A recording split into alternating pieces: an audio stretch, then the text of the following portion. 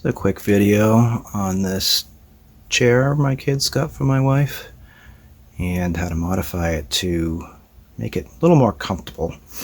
The chair is inexpensive. It comes somewhat assembled, unfinished, and you have to adjust it a little bit to make it so your feet don't jingle, at least if you're not on the tall side, where my wife is 5 feet, so it's not comfortable for her.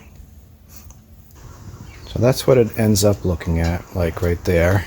I ended up shortening the arms and the base. It comes in multiple pieces, already somewhat put together. What I ended up doing is trimming the arms. So you can see I cut off, inch and a quarter maybe from the back, and I'll have to re-drill. So that brings the arms back, and the base, where that one is longer, you can see the spacing is tightened up on these 6. I didn't touch the back one at all. This back one here, I didn't touch that at all. Didn't have to touch this. So pretty much all I had modified was the arms, and I shortened this piece right here. So you can see the spacing on those is more. So you can see it. That line right there is where this one's going to end up starting compared to how I did the other one, and then those ones will be equidistant. This one will be brought in farther also, and then I'll end up cutting like that to shorten this, and then these will go on the new shortened area. Works out really good. It's really comfortable now, especially with a couple cushions on it. Okay, you can see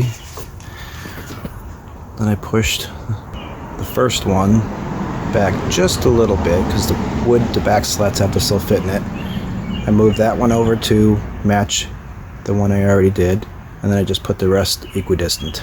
Actually, I moved that one to match the one I already did, and then made that one equidistant on that way. So I pretty much just eyeballed those just to make them look nice. So now that can be cut a good 1.5 inches off, which makes it so this part does not end up on the back side of your legs, and it's way more comfortable. These holes for the where the uprights, those screws right there go, they're also gonna have to move over to match. But once seeing it's already somewhat put together, it's really not that hard to deal with it. You just kind of put the rest of the screws and line it up. And I'm not sure if I mentioned already, but this hole has to be re-drilled because it was back here because I cut the piece off, like shown here.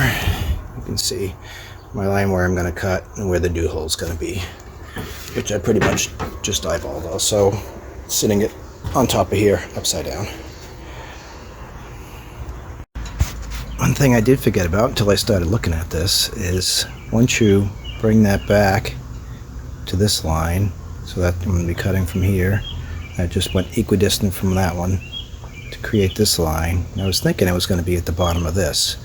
Well, that doesn't make sense because this piece needs to go from here to where it falls, so you end up just going straight across to right there. So I measured down the width of this piece, and I came down to here, put my mark, went equidistant from here, and that'll be the mark. That makes this line up almost exactly the same to where it is, and you can see how much that takes off. Alright, so I drilled these, cut the ends off, drilled these, put some deeper holes in there so the bolts should recess. This has been shortened, like I said.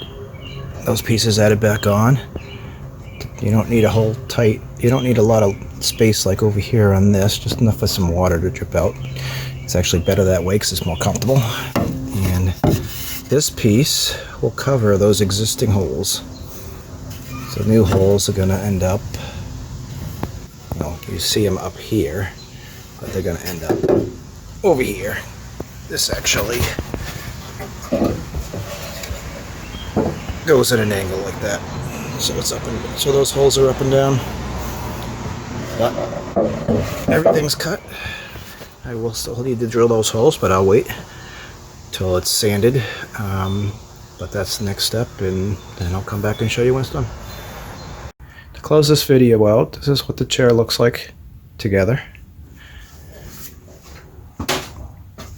Still need to seal it, of course. It's going to be stained on the dark side and then sealed up with something similar to the one at the beginning of the video. It's going to make it match as best as possible.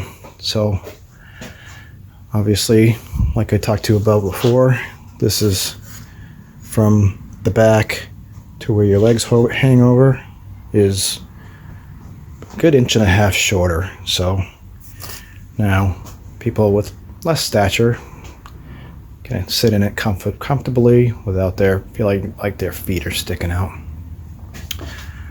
So that's what we do if you get one of these chairs and you want to make it more comfortable for someone who's not tall. Thanks for watching.